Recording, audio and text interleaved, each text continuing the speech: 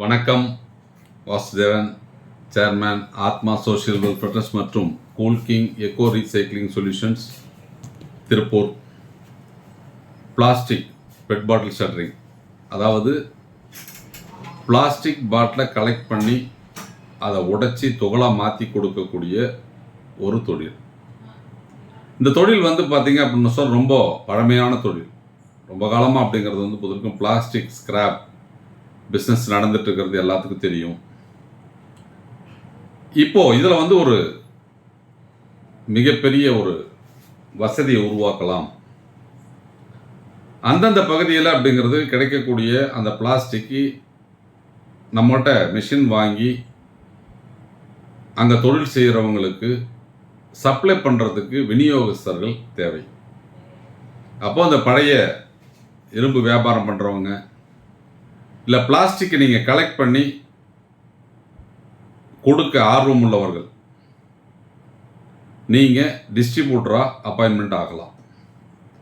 நீங்கள் டிஸ்ட்ரிபியூட்டராக அப்பாயின்மெண்ட் ஆனீங்க அப்படின்னு சொன்னால் உங்களுக்கு ஒரு டன்னுக்கு 5000 ரூபா அப்படிங்கிறது பார்த்தீங்க அப்படின்னு சொன்னால் நமது நிறுவனம் மாதம் உங்களுக்கு கொடுக்கும். இப்போ இந்த பிளாஸ்டிக் தொழிலை செய்யணும் அப்படின்னு சொல்லிட்டு சொன்னால் இதில் 6 மாடல் நம்ம இயந்திரத்தை கொடுத்துருக்கோம். 1 HP, 2 HP, 3 HP. இது எல்லாமே அப்படிங்கிறது பார்த்தீங்கன்னா ஒரு சிங்கிள் ஃபேஸில் இயங்கக்கூடியது. இந்த இயந்திரங்கள் எல்லாம் ஒரு மாதத்திற்கு ஒரு 30,000 40,000 வரை வருமானம் வரக்கூடிய அளவுக்கு தான் அந்த தொழிலை செய்யும். 5 HP, 10 HP, 15 HP இதெல்லாம் 3 ஃபேஸ் இயந்திரம். இந்த இயந்திரத்தை வாங்கினீங்க அப்படின்னு சொன்னால் நீங்கள் எல்லா விதமான பிளாஸ்டிக்கும் உங்களால் இதில் உடைக்க முடியும்.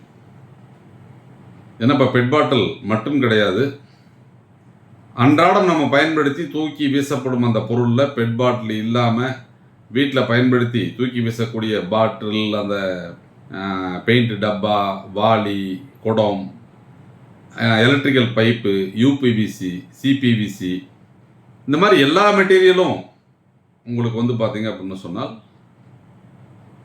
இந்த இயந்திரங்கள் உடைக்கும். இந்த தொழில் நீங்கள் செய்யணும் அப்படின்னு சொன்னால் நீங்கள் இயந்திரத்தை வாங்கி உங்கள் பகுதியில் கிடைக்கக்கூடிய அந்த பிளாஸ்டிக் பொருள்லாம் நீங்கள் கலெக்ட் பண்ணி ரகத்தை பிரித்து உடைச்சி தூளாக்கி கொடுத்தா நமது நிறுவனம் இதை உங்கள்கிட்ட பைபேக் எடுத்துக்கும். நீங்கள் 1 டன் உடைச்சி வச்சிட்டிங்க அப்படின்னு சொன்னால் நமது நிறுவனம் வண்டியை விட்டு அதை பிக்கப் பண்ணிக்கும். அப்படி இல்லை அப்படின்னு சொன்னாலும் நீங்கள் அங்கேருந்து டிரான்ஸ்போர்ட்டில் புக் பண்ணீங்க அப்படின்னு சொன்னால் அதை நம்ம எடுத்துக்குவோம். அதுக்கு டிரான்ஸ்போர்ட்டேஷன் சார்ஜ் கம்பெனியே ஏற்கும். இந்த தொழில் பார்த்தீங்க அப்படின்னா ஒரு பழமையான தொழில், தோல்வியே இல்லாத தொழில், நஷ்டம் வராத தொழில். இப்போ இந்த தொழிலை செய்கிறவங்களுக்கெல்லாம் இன்னும் எளிதாக அந்த ரா மெட்டீரியல் கிடைக்கும் வகையில் ஒவ்வொரு மாவட்டத்திற்கும் ஒவ்வொரு ஊருக்கும் ஒரு டிஸ்ட்ரிபியூட்டர் நம்ம அப்பாயின்ட் பண்ணலாம் அப்படின்னு முடிவு பண்ணியிருக்கோம். அப்போ எளிதாக அந்த சேகரிப்பு இருக்கும்.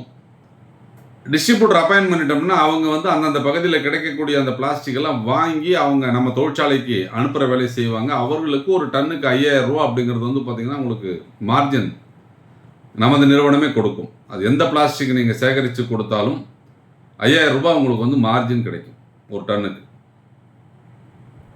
எத்தனையோ தொழில் வாய்ப்புகள் இருந்தாலும் இன்னைக்கு அதெல்லாம் ஒரு காம்படிஷன் இருக்கும், நஷ்டம் வரக்கூடிய வாய்ப்பு இருக்கும். பொருள் உற்பத்தி செய்தால் தேக்கம் அடையும், இல்லை ஓரளவுக்கு மேலே அது தேங்கி போச்சு அப்படின்னு சொல்லிட்டு சொன்னால் டேட் எக்ஸ்பைரி ஆயிடுச்சுன்னா பயன்படுத்த முடியாத நிலை ஏற்படும்.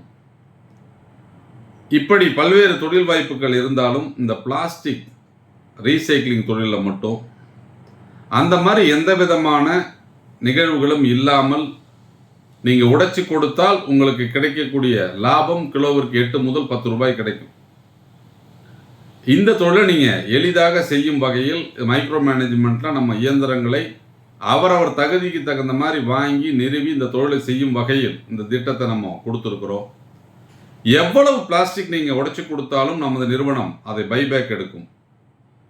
ஏன்னா எல்லாத்துக்கும் இருக்கக்கூடிய விஷயம், ஒரு தொழிலை ஆரம்பித்தால் அதில் உற்பத்தி செய்யப்படும் பொருளை எப்படி விற்பனை செய்வது, இதுதான் எல்லாருடைய சந்தேகமும்.